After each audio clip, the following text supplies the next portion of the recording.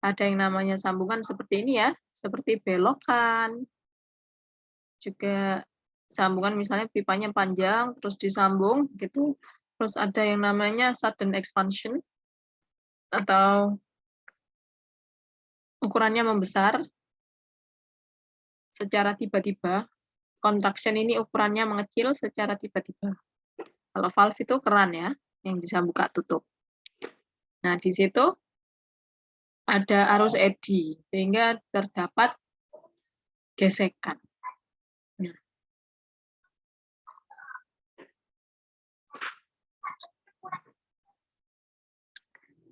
ini ya. Gaya gesek pada aliran di pipa yang lurus dihitung dengan fanning friction factor yang tadi yang di grafik itu ya. Namun, kecepatan pada fluida berubah seiring dengan arah dan juga ketinggiannya. Jadi, friksi tambahan terjadi.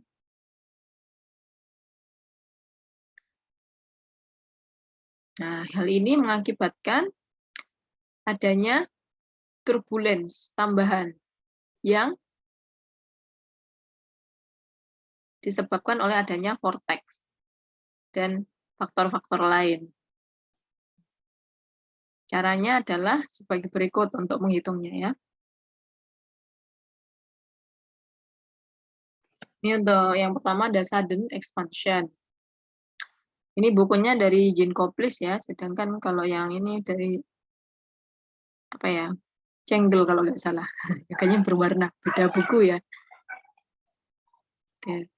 Nah, ini pertamanya kecil, kemudian membesar secara tiba-tiba. Ukuran pipanya membesar. Gitu. Atau ini bisa terjadi di dalam alat-alat ya, misalnya masuk ke dalam tangki gitu. Nah,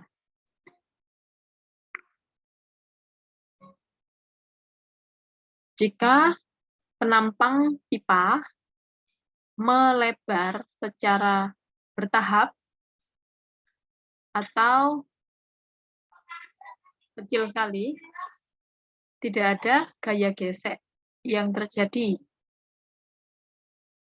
Namun, jika langsung membesar, akan ada kehilangan energi ya, karena adanya arus eddy yang terbentuk pada pelebaran ini. Seperti ini gambarannya. Kalau membesarnya sedikit-sedikit gitu ya, miring-miring gitu, kecil-kecil gitu, enggak ada friction loss ya.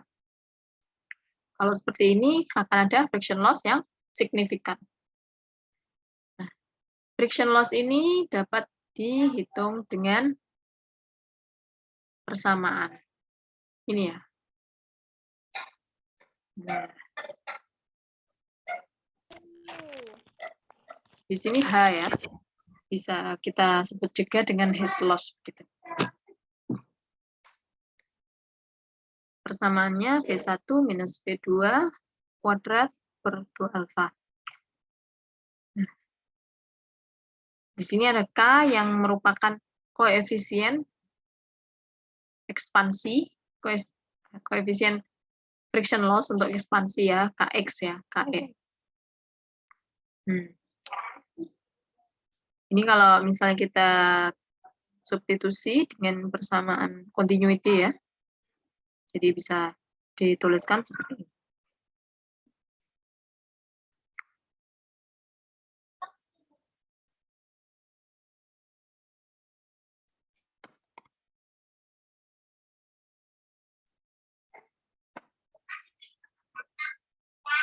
Kalau construction ya, atau mengecil secara tiba-tiba. Pertamanya besar, kemudian mengecil. Juga ada arus eddy ketika dia nabrak di sini. Nah, persamaannya untuk head loss-nya seperti ini, 0,55.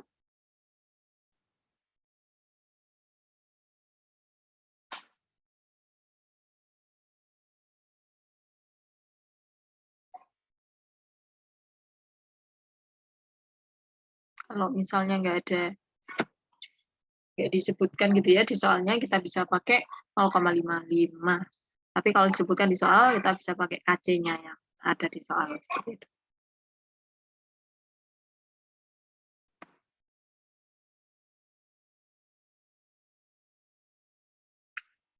Kemudian ada valve. Kalau valve biasanya keluar atau masuknya pipanya bentuknya ukurannya sama.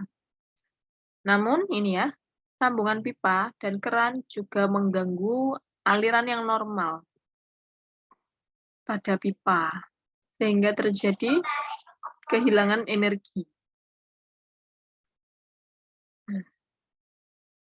Pada pipa yang pendek dengan sambungan yang banyak, friction loss-nya dapat lebih besar daripada pipa yang lurus tapi panjang, gitu ya. Nah, friction loss untuk sambungan dan valve ini bisa kita hitung dengan ini.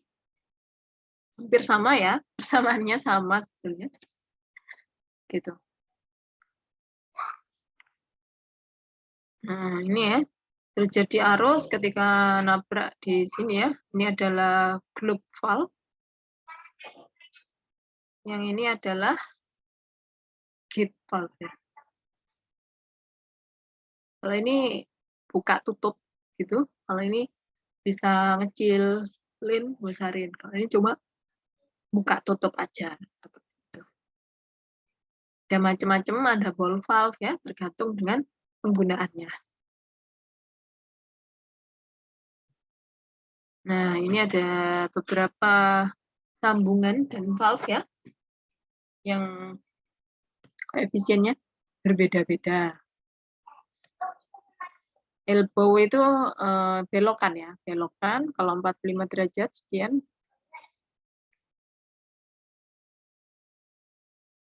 Kalau T itu T, yang cabang 3. Return band itu yang U ya. Ini apa bedanya, Bu? Frictional loss. Ini sama yang ini. Kalau ini koefisien yang tadi dipakai di persamaan barusan ya. Kalau ini equivalent length of straight pipe in pipe diameters. Atau LE per D. Nah, ini bisa kita pakai, misalnya kita mau tahu anunya ya, apa namanya? Ininya.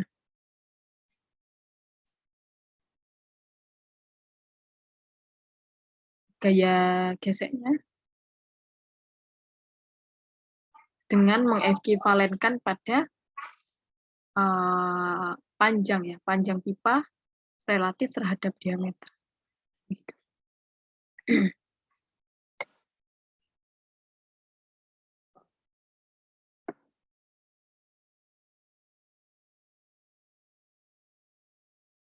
Ini juga masih sama. Ini pada bilangan Reynolds yang berbeda, nilainya juga berbeda-beda.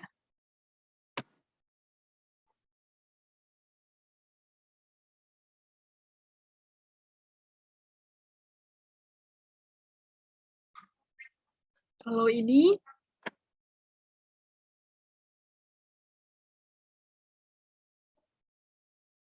biasanya ya, biasanya sekian. Tapi nggak mesti, karena tergantung pada ukurannya juga, kayak gitu. Nah, jadi kalau reentran ini misalnya di dalam alat gitu ya. Ini ada tangki, terus ini masuk ke yang kecil. Saya pakai ini.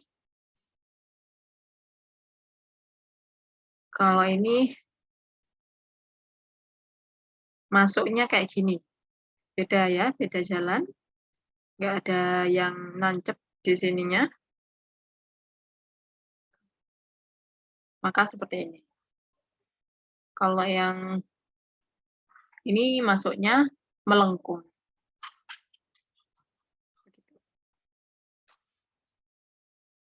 Ya, kalau misalnya keluar dari tangki, seperti ini, sama semua di ini, K-nya sama dengan alfa ya.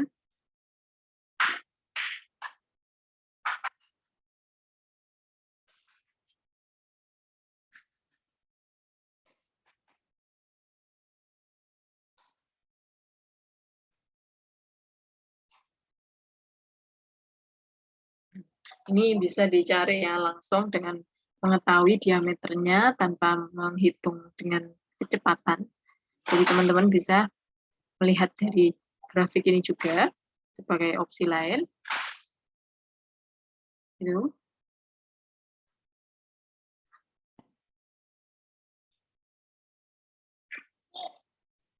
Sedangkan kalau ini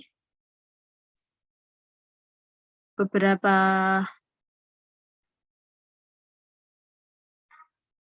pipa dengan sudut ekspansi tertentu ya.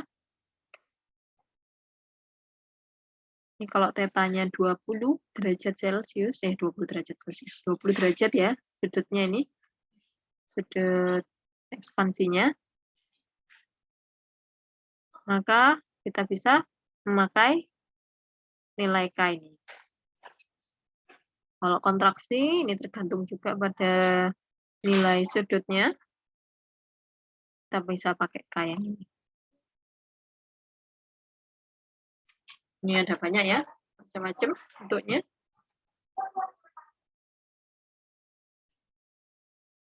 Nah,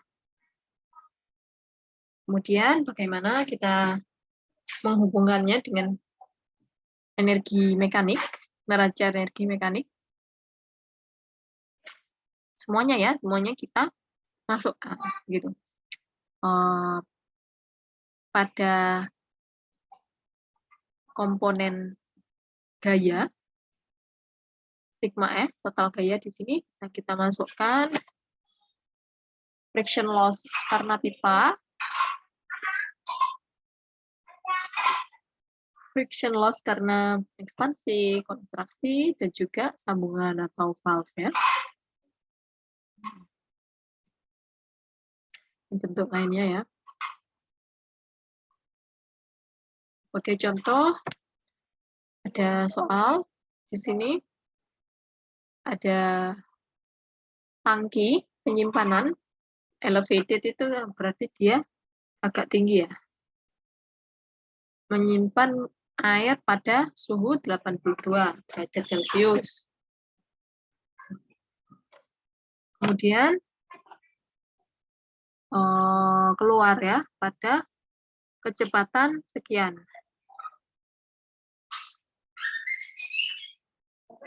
Kemudian bagaimana ketinggian H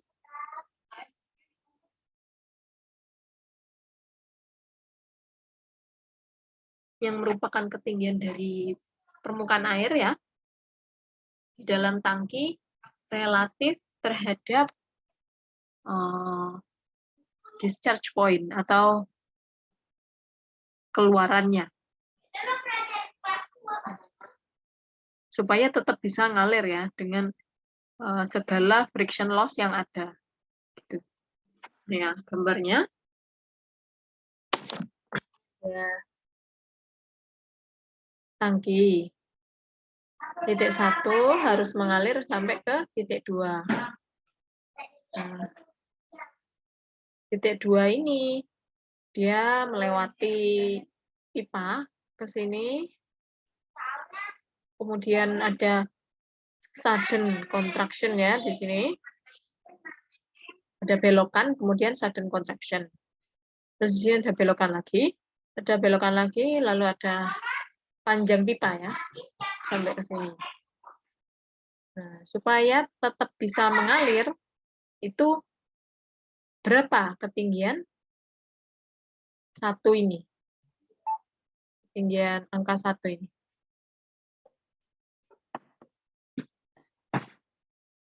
relatif terhadap titik 2 ya. H ya yang diminta. Nah, di sini pipanya pertama 4 inci, mengecil jadi 2 inci. Terus ini tetap 2 inci. Apa?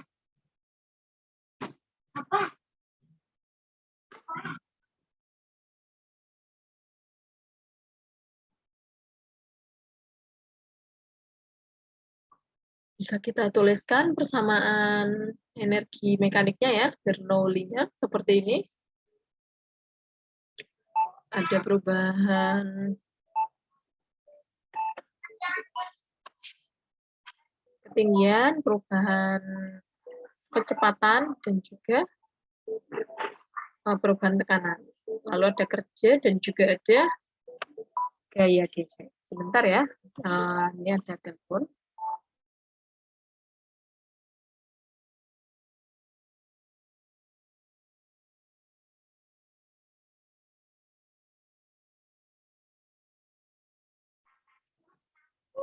Belum ada, gampang ya. Enggak sulit ya. Cuman agak banyak aja tadi. Kemudian ini contoh ya. Ada pompanya. Ini ada air pada 20 derajat dipompa. Pada kecepatan 5 meter kubik per second.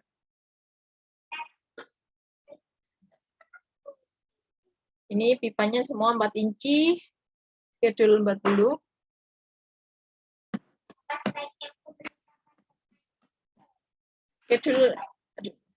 Schedule ini menunjukkan nanti ketebalannya, sehingga apa namanya? Jika agak tebal pipanya, inner diameternya itu akan berbeda. Nah, sehingga perlu dicari ya di buku ya, ada di appendix itu schedule berapa, inner diameternya berapa itu ada.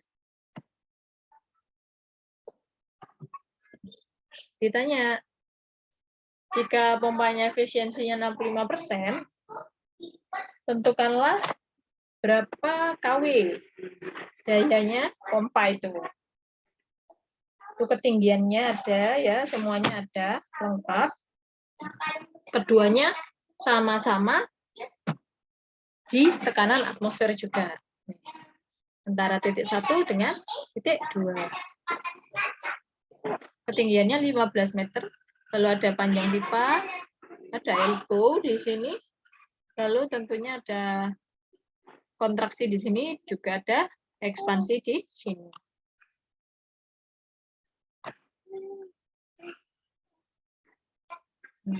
Yang rendah kita jadikan sebagai titik acuan ya, atau reference plane.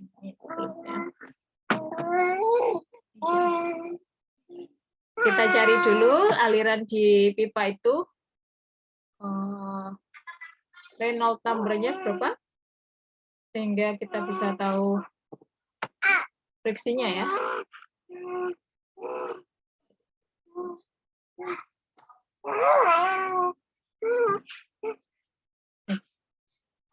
Ini dari appendix A5. Karena kalau schedule 40 itu diameternya sekian. Sehingga penampangnya sekian ya. Kecepatannya juga bisa kita cari dengan mudah. Karena anunya ada ya, apa? Flow rate-nya. Kemudian ketemu turbulen.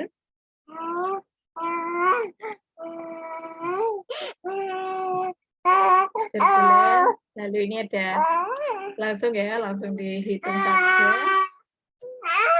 Kontraksi, kemudian kontraksi pada tangki 1, kemudian friction loss pada pipa, friction loss pada belokan-belokan, kemudian ekspansi ya, pada masuk tangki 2. Sigma F-nya ketemu.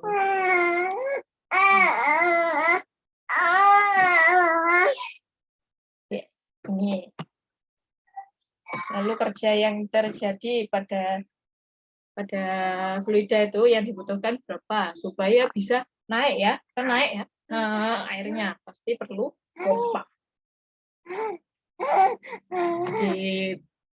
Jangan lupa dibagi dengan efisiensinya sehingga ketemu daya pompa yang sebenarnya. Gitu. Ya. Udah seperti itu. Kira-kira ada yang mau ditanyakan dulu?